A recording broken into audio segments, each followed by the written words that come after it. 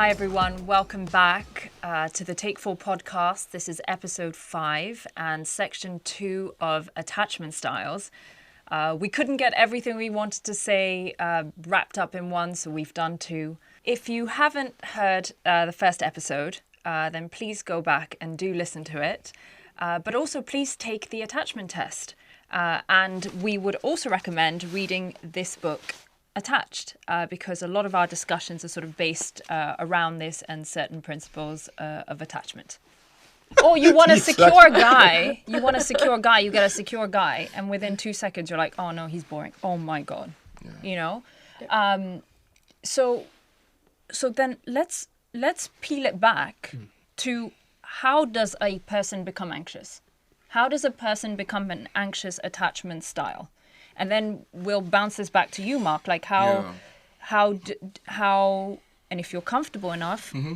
So, for example, an anxious attachment style, probably. Look, I have great parents. My parents are probably some of our only fans at the moment, but I will love them for that. We love you, Mum and Dad. But sometimes, you know, maybe there is that sort of parental or emotional inconsistency when you're growing up in your early developmental years. And so somehow that child doesn't feel, maybe they don't receive the love that the parent wants to give. Maybe the parent in their own way is unable to, through anxieties of their own, give 100%. The child love. And look, our parents at 20-something did their best with raising us. You know, I think about myself at 36 and I'm really grateful I haven't had children because I wouldn't have been a good mother because my level of self-awareness is not like where I want it to be, etc. But anyway, what happens as a child or someone who's forming into an anxious attachment style is you learn protest behavior. And protest behavior is essentially behavior where It's lack of consistency from your primary carer then creates the demand of consistency, and the protest behavior is literally the demand. Okay, now you give it to me, now you don't. Now you give me the love, now you don't. So in moments when you don't receive it, you start demanding it. So if somebody's consistent with their love and you feel that the person is there, and you teach that to your child through consistently showing up, being there through thick and thin, so to speak. When the child is not coping with their emotions, you are regulated enough yourself as a parent to stay with your child, not pulling back. And a lot of the time, sadly to say, a lot of parents don't have those tools. They can't regulate themselves. Then they have kids who then grow into dysregulated adults again, and repeating that kind of generational cycle of dysregulated adults who then continue on developing these attachment styles that now I'm here, now I'm not. Now I'm here because I can regulate myself today, now I'm not.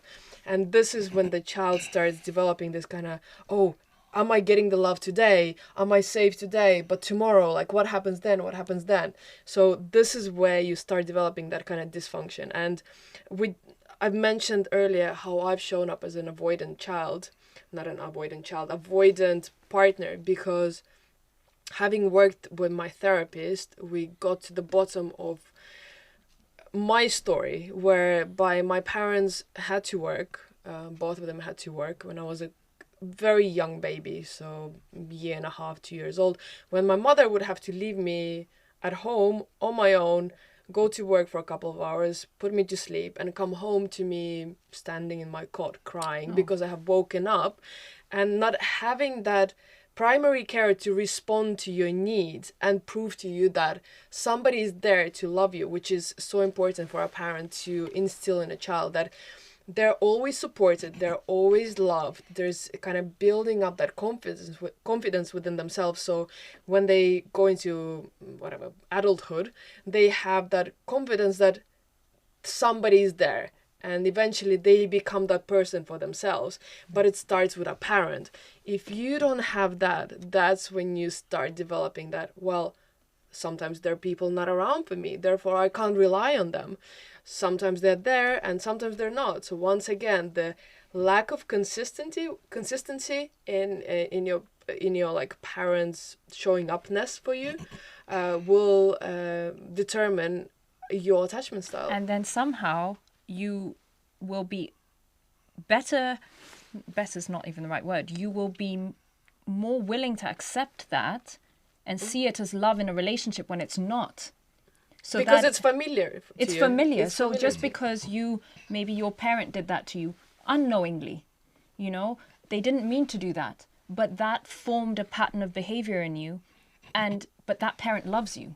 So somehow when you have a man in your life who's being avoidant and who's not there for you, you may not pull it up as you should, because you're actually like, well, I received love in a certain way as a child. So in a weird way, I learned as a child, as an anxious, attached person, as I said earlier, the protest behavior. And you said very well that protest behavior is actually just a recognition of that child wanting recognition, saying, look at me, please. I need something from you as a parent. And then that protest behavior as a child could look like throwing your toys at the pram, or crying a lot, or throwing a bit of a tantrum, which I don't think I did as much. But in my adult years, I see myself doing that in a relationship where I often break up with people. I threaten to break up in relationships because I'm trying to get the person I'm with to say, no, don't leave me. I want you. I can't live without you. All the things that I want to feel, but somehow don't feel that I deserve. So it's almost like a negative loop of, push them away to try and pull them close. And it's all messed up. It's all warped. And from whatever way that you look at it, it doesn't make sense. Interestingly, also, like in Eastern European culture, especially in my generation, expressing yourself was of Weakness. inconvenience. Taboo. Yeah. Inconvenience to the parents, to the adults around you. Therefore, you learn from a really young age to suppress your voice, suppress your needs, and develop this inability to communicate with your partner in a healthy and clear way. What do you need? And quite often it happens with women. We then start complaining, we start criticizing, we are unable to speak clearly to what we need, and end up developing this kind of naggy style of communication, which is not what somebody would deem as a secure or secure way of communicating with your partner. Because from a really young age, you kind of like, be quiet, Don't be a burden. Don't be a burden. And once again, it's like potentially something, I don't know, like in terms of what was the upbringing in your house. I mean, like for me personally, I would say I had good parents. Like I really. Once again, it's like, you don't need to throw your parents under the bus. You don't No. need to say like your parents don't need to be bad in order to dictate a slightly kind of. No, but because I think my point is, obviously on the test it was like 74% avoidant, but like 65% like secure. I think a lot of probably my avoidant tendencies was probably influenced with outside the home, because there was a lot. So basically, where I grew up, one of the guys who murdered Damilolo Taylor lived on my block. There was a lot of drugs, there was a lot of crime, and even during our teens, there was this whole like post-Cold War. Usually before, like growing up, so like I lived in Peckham, right? You had the Peckham boys, then you had the younger Peckham boys, then you had the younger Peckham boys, and then you had the PKs, the Peckham kids, right? That was like the four kind of tier of the gang violence in where I was living. I was living right in the heart of that, where that was happening. When this whole post-Cold War started really, really popping off, it just didn't really matter whether you were involved in gangs or Always not. the case. The fact that Always you the lived, case. the fact that you lived The there environment. was enough. So what did it teach you?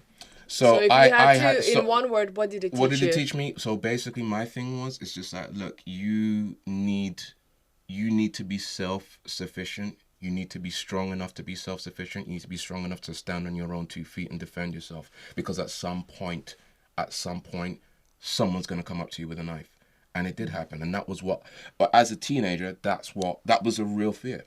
The newspapers weren't going to give you any kind of accurate representation, because as far as they knew, is if you lived in SE15 and you were black, you were involved in that category. You were put in that category by default.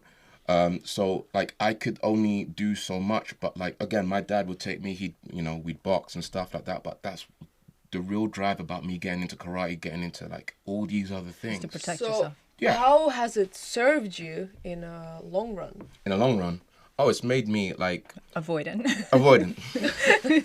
Definitely. Like again, this is what I mean. Like, look, I will much rather avoid a situation than deal with it.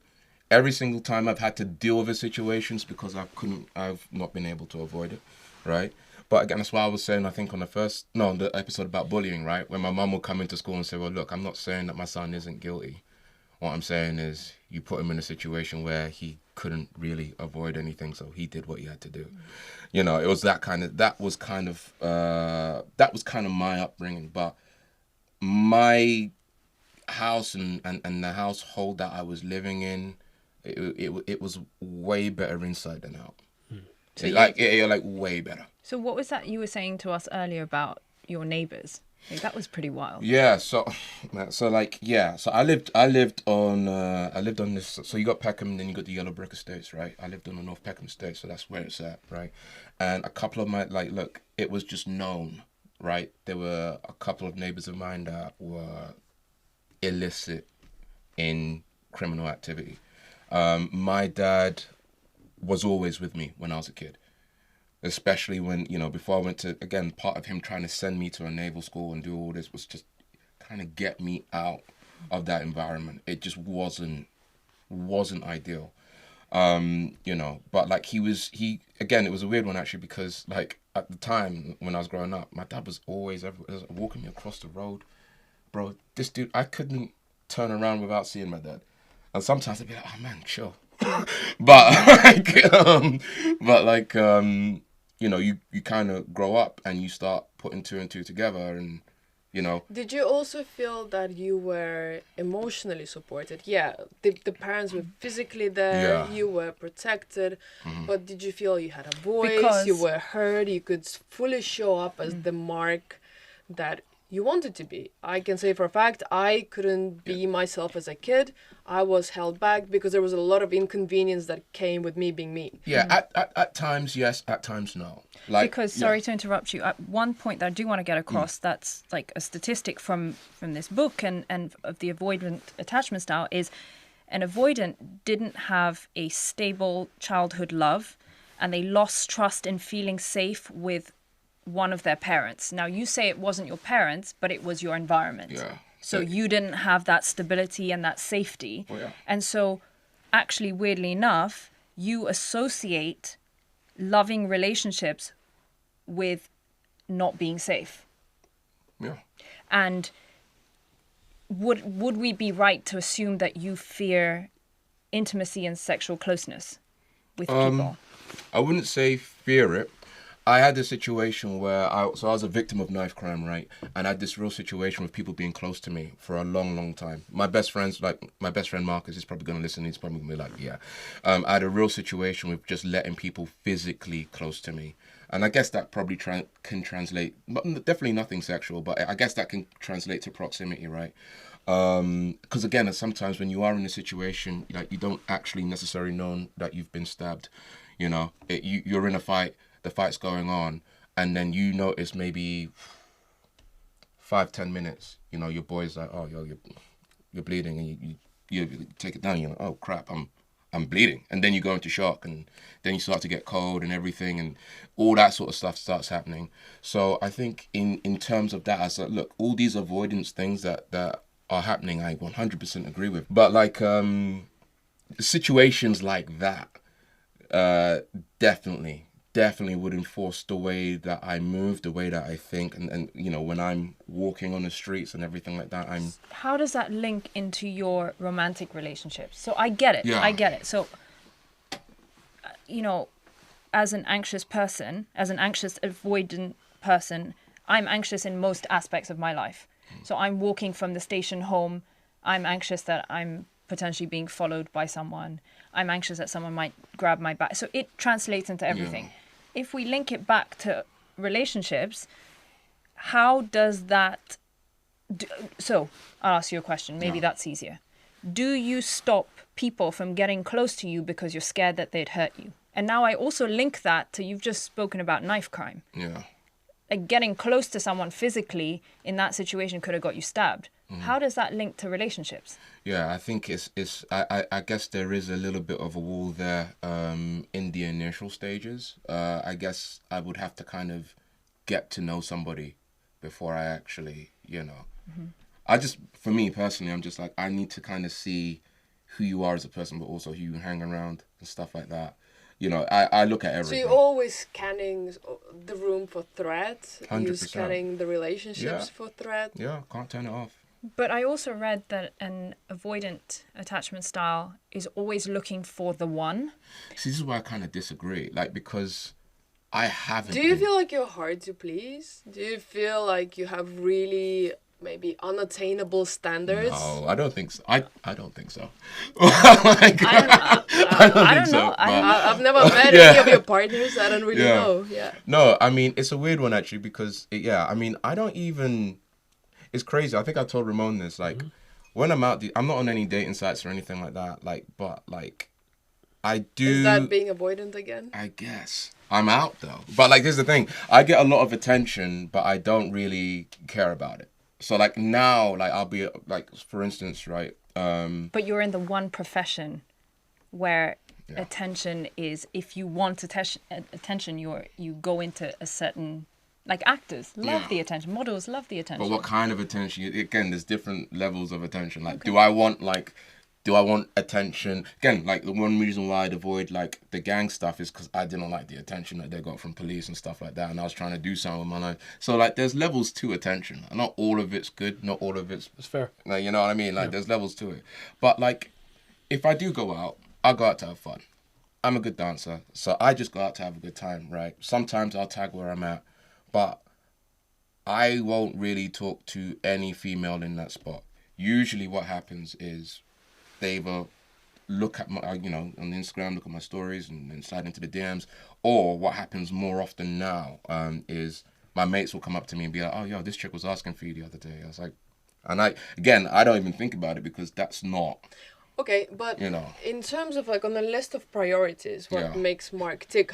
Where does a romantic partnership relationship sit on that list of? Very, very low. I can take a dip out of relationships for like another decade before I have to seriously think. Okay. And to be honest, I think I'm being honest. Having these conversations with him while playing video games, and doing crazy stuff.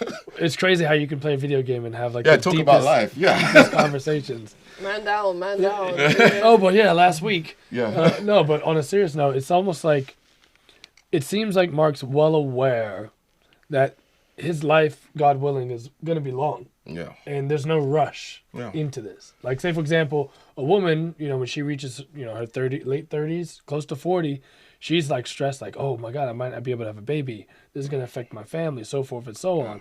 Where he's liberated from that responsibility. My dad was born in 1936. Like, we're like, you know what I mean? I'm like his third and his favorite family. So, for example, let's say he's waiting for his fruit to harvest perfectly, and then he's ready. So, like, say mid-40s. But are you doing any work on yourself in order to come out of being an avoidant? Because you could just be kicking the can down the road to then continue relationships with people. So, and based on what you just said, you're absolutely right. As a woman who's 36 years old, I am panicked.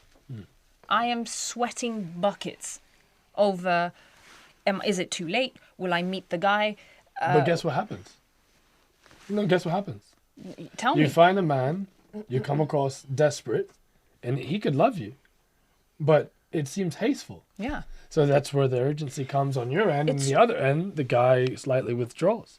So all the focus that I place, or I'm trying to place in my life right now, is to reach security. In order to, and I actually want to bounce this conversation back to you guys a little bit here, because we've done a little bit of chatting about the anxious avoidant. Talk to us about like your childhood. How did you end up? How are you secure, and how did you attract someone who's also secure? I was raised by a very powerful woman. Like, in spite of all her suffering through her childhood, you know, there's a lot of things in the woman's world. She's dealt with all the horrible things you can possibly imagine. Let's be honest. Okay? But it's almost like she instilled in us, like, her gems, you know, to my brother Victor, my brother Emiliano, and me, the baby. And she was always from baby till I'd say 9 years old.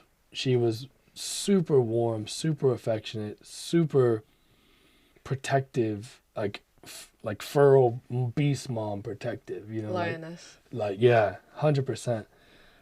She was very affectionate with the touch, you know, the face rubs, the eyebrows, the head scratching, the back rubbing.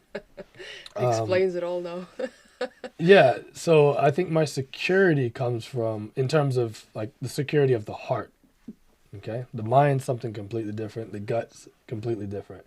If you go into like native culture and stuff like that. But anyway, the heart is very secure. Like, I know my heart. I know how I operate, and that comes from my mother. To keep it simple. And interestingly, despite the fact that your parents were separated, and you were potentially raised by a single mother, you still believed quite strongly in the relationship between men and women, the value that a family carries, having kids and being a loving father, and you still had all of that. Being raised by a single mom didn't create that instability within you that would drive you to maybe not put any need for having a relationship. But even my father, like, when I look at, because obviously my mother went through a depression when I was 16, and that's a long story, which she's you know, come out the other end. But my father and my mother separated at 9 years old, but let's go back to my childhood, because that's the focus. My father was amazing. Like, when all my memories of my father, like, imagine a man that you can do anything, like, meaning with your mom, you got to be on your P's and Q's. You got to be, I mean, she's very organized. She's very structured. The house got to be cleaned, so forth and so on. But my dad, he was like Tarzan. Like, he would take us out fishing for the weekend, teach us how to make fire, bow and arrows, you know. And so my dad instilled in me, I would say, what a man needs to have is that ability to work hard when necessary. And also, he was very funny, super funny. And this is an interesting parallel that I wanted to draw between your two upbringing, because you both, according to your own words, came from like loving, caring parents. 100%. The environment was the same, quite dangerous, unsafe for a child. Yet Mark came out of potentially the same like loving household as an avoidant. Like, your backgrounds was pretty much like the same. Knife crime, violence, prostitution, drugs, all of that. Yet you came out secure, but Mark is very avoidant, and he carries with this avoidant behavior into his adulthood. So it's like he's taken himself out of that environment through lifestyle choices. You have taken yourself out of that environment through your lifestyle choices. But your attachment styles couldn't be more different. So this is my question once again. Separated parents, both of you claim that amazing parents, you know, did what they need to do, yet such different attachment styles. How would you explain that? I'm Latino. It's passion maybe it's a cultural thing. If I'm just speaking just off the cuff, love is our language. I don't know much about your culture and what were the core values in your house? No, I'm talking Mark. Mark, what were your core values in the house? I assume there was a lot of respect. Maybe. Strength, loyalty, duty. Yeah, and for you it was what? Passion, courage, desire. But also you've had very different. You've been, if you don't mind me saying, you've been married twice. You have 2 children from each of your marriages. Correct. And you've really been through the fire 100%. with those relationships. So yes, you sit pretty today, but I feel like there's been a hell of a lot of work you've had to do in order to get to where you are. Unbelievable amount of work. So it's not enough just to say I was brought up in a secure environment, because actually ultimately once you're out of that environment, you're on your own. Yeah, you got to make those choices. And being secure, you still chose certain people that were not right for you. Yes. I think like when, this conversation is bigger than just like attachment styles. Like if we say, is Ramon secure? No. I think so. That's what I'm thinking. No. I think so. No. Secure in myself, yes, of course. But secure in understanding the deeper avenues of my mind and my body, and that's no one is. That's then, bro. that's what I'm No, trying to say. but if So we we link can't- it back to relationships, right? Because today you're in a secure relationship with Varia. Yes. Okay, she's in a secure relationship with you. Yes. And I see the change in her Yes. from her side. I did not know you before this, but I see the change in her as a person. But I saw the change in her before she met you. Yeah. So I get that. The things through my upbringing were I didn't have boundaries. I didn't have boundaries. I was a yes man. I was a nice guy. Do you get what I'm saying? But So how? I'll tell you what it is. From 13, from 13 years old, I've been in a relationship from 13 to 20, another relationship from 20 to mid 20s, and then late 20s to early 30s. I've always been in. Can I loop it back to the attachment styles? Of course. And knowing you as well as I do know now, I would have at the time diagnosed you as anxiously attached because you were looking for that love, and you would, interestingly enough, attract also anxious people. Yeah. And you would end up in this kind of really Conundrum. Conundrum, like Literally. a messed up dynamic. 100%. With no boundaries, Yeah. a yes man, and not able to say no. Yeah. And so my question is, how did you get to a place where you are now secure and attracted a secure person? By falling, going to places where people don't want to go, learning, live, love, learn. And what was the work you did on yourself? Whew. If you were to give us a little snapshot. To keep it simple, it's holding myself holding myself accountable, and not taking full responsibility over the relationship. Yeah. This is where I would go wrong in relationships. If it failed or anything happened, a child was involved, so forth and so on, I would take 100% resposibility. But that's not necessarily how it goes. But it doesn't go. Relationships are 50-50. 100%. But also as I've gotten to know you, you're quite self-reflective, and I think that is also a key. Like, you know, if you want to make any kind of progress in life, you know, whether it be you want to get in shape, or you want to move to a different area, or you want to take yourself out of a certain situation, you can't really do that without taking an honest look. And interestingly, self-reflection is great, but relationships reveal a lot more about you. You can be single and self-reflect, and you feel like, oh, you know, I've grown, I've gotten myself to the next level. You get into the next relationship and more stuff comes up, and we've had this conversation actually this morning, where you came into this relationship and I looked at you initially, oh, this guy has it all together. You know, he's done the work. He's the perfect guy. He's the perfect guy. I'm like, oh God, here we go. And then after a year and a half together, we keep on finding things that he needs to work on, I need to work on, even though on day one we felt like we're complete. Yeah. We got Mission this. complete. Mission complete. Let's go. Let's skip into the sunset and build our future. But so many more things have come up, and this is the thing that happens. Being single may make you feel like you figure things out for yourself. And it's not until you've thrown into a challenging situation where you gotta compromise, where you gotta open up, you gotta express your needs. Because sometimes, once again, going back to one of our previous episodes, the radical honesty with yourself, quite often, when we're with ourselves, we just continue lying to ourselves. Other people will highlight certain things that we've continued lying to ourselves about for years because we are alone and there's nobody shining the light on you. But relationships bring a lot of things to the surface that you will need to work through, and quite often those things will determine whether the relationship is going to succeed or not. Because you need to be willing to work on them the way we have. Yeah. But it's funny. So I want to be single for a while because I feel that that's probably the only way that I can really do the work on myself that I need to do. And every time I've sort of gotten a bit excited about a particular guy and gone into it a little bit, I very quickly jumped back out because I'm like, oh my God, I've just attracted the same avoidant personality style. It just looks different. He just looks different. It's a different packaging, but the work within me is still not done. Because if I'm still being attracted to this type of person and allowing them into a close and vulnerable place in my life, only to realize, actually, we're still in trouble here. We're not ready yet.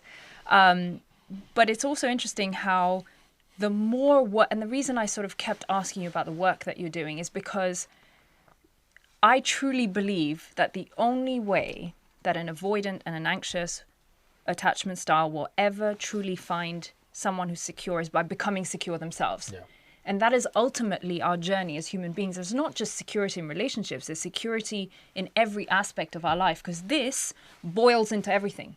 It boils into how you turn up at work. It boils into how you turn up with your families, with your children, with the person sitting next to you on the train. Friendships is a big Friendship one. is the biggest. Think about that, like the anxious friend who is where you've forgotten to reply to them. You got busy with things, you haven't replied to them, and they blow up.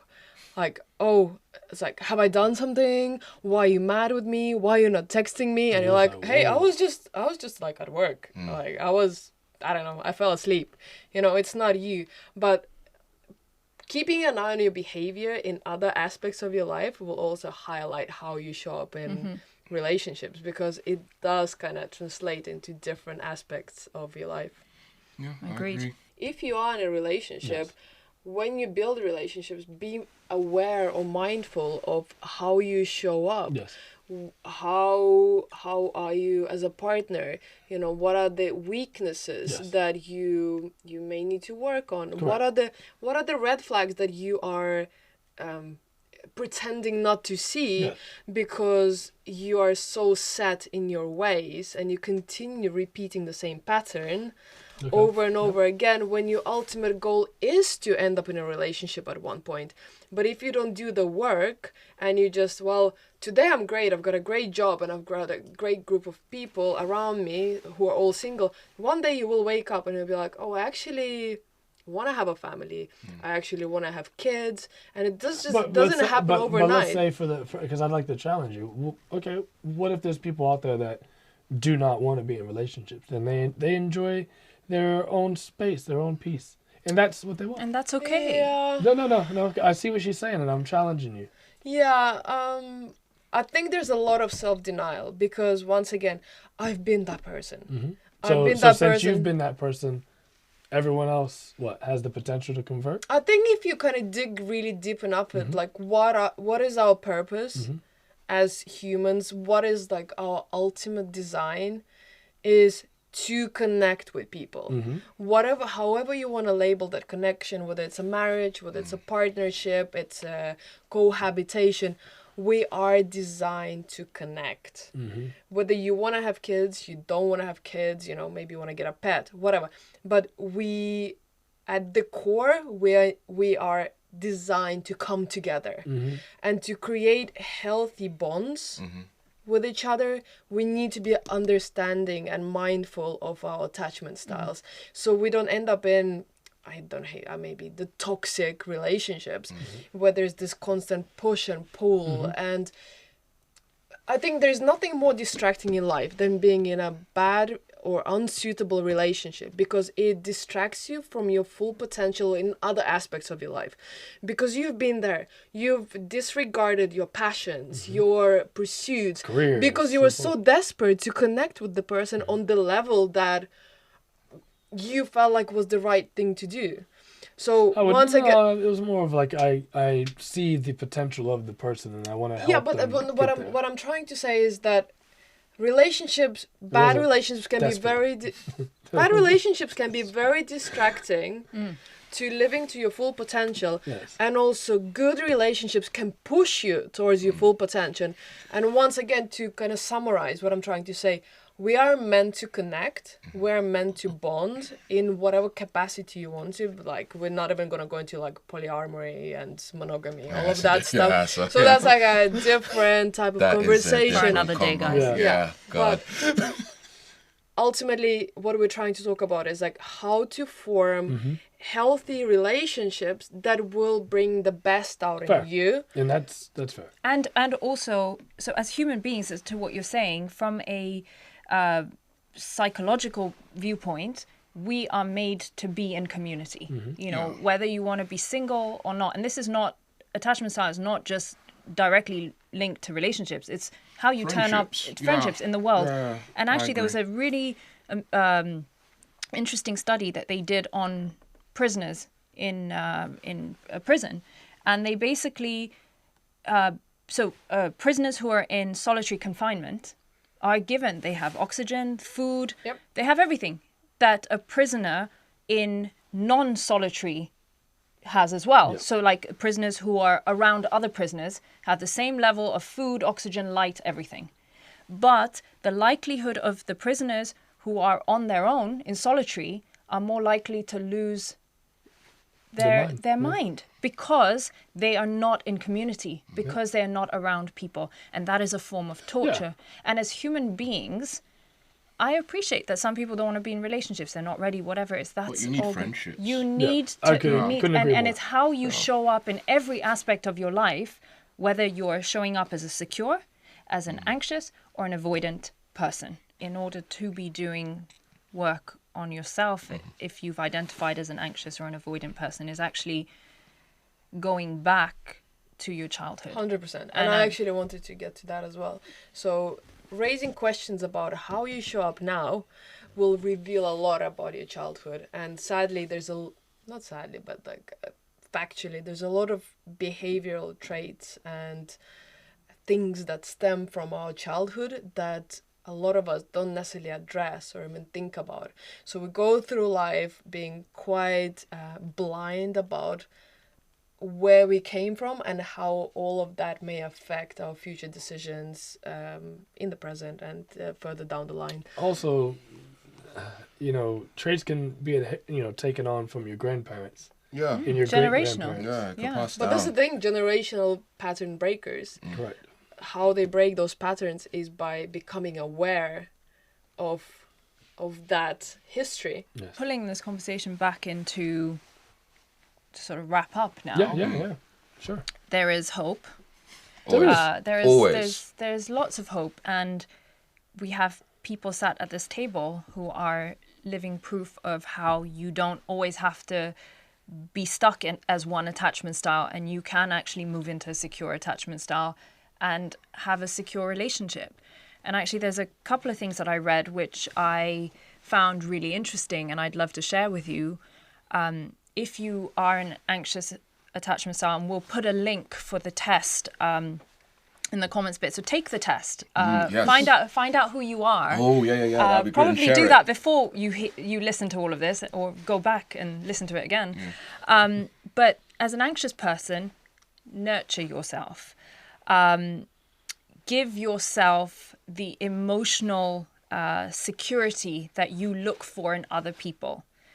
Learn, fight to be independent. Don't rely on other people to give you that love that you somehow can't generate within yourself. And I look at you, but I'm actually looking at myself here. Practical things, eat well, cut out bad habits.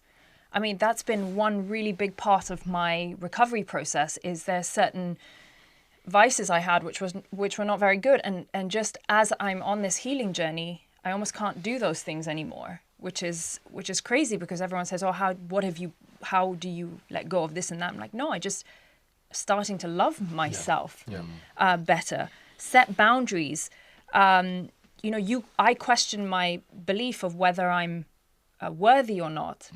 But like question really, are you actually not worth it? Like challenge that thought process in your mind. Yeah. Actually you do deserve love, and these are all the reasons why. As an avoidant, focus on vulnerability and trusting yourself, because ultimately you don't really trust others. True. Be honest with yourself and trust the masculine and the feminine inside, because that will help you sort of be a lot more able to accept the femininity of the women you might want to be involved in and with as well. And for the secure guys, you do you, boo. In spite of the fact that we both are secure, we still had Of course. a lot of obstacles. You're no We subject. still have a lot of obstacles. You're no subject to the rule. Yeah. At the end of the day, you're no subject to the rule. There's always problems, man. Yeah.